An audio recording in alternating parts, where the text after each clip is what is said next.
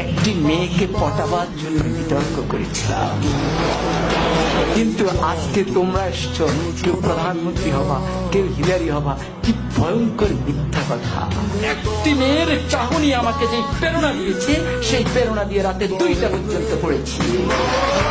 এই যতবার লাগবে বলে মেয়েটি ততবার পলকে পলকে আমার দিকে তাকায়।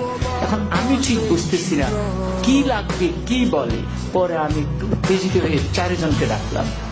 কি সমস্যা, কি লাগবে? আপনার 4 জনে আমাকে ঘিরে দাঁড়িয়েছেন আমার জানালার সামনে।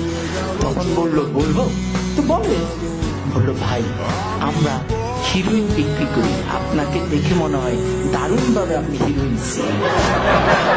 ফলে যে মেয়েটির কাছে আমি এয়ারপোর্টের সামনে নায়ক হয়ে উঠলাম, আখাউড়ায় হয়ে গেলাম হিরোইন, বাকি সময় আমি আর তার দিকে ভুলও তাকাই। কিন্তু মেয়েটি ওই হিরোইন বলার পর যে মুস্কি হাসি দিয়েছে, সে হাসিটি আজও আমি ভুলিনি।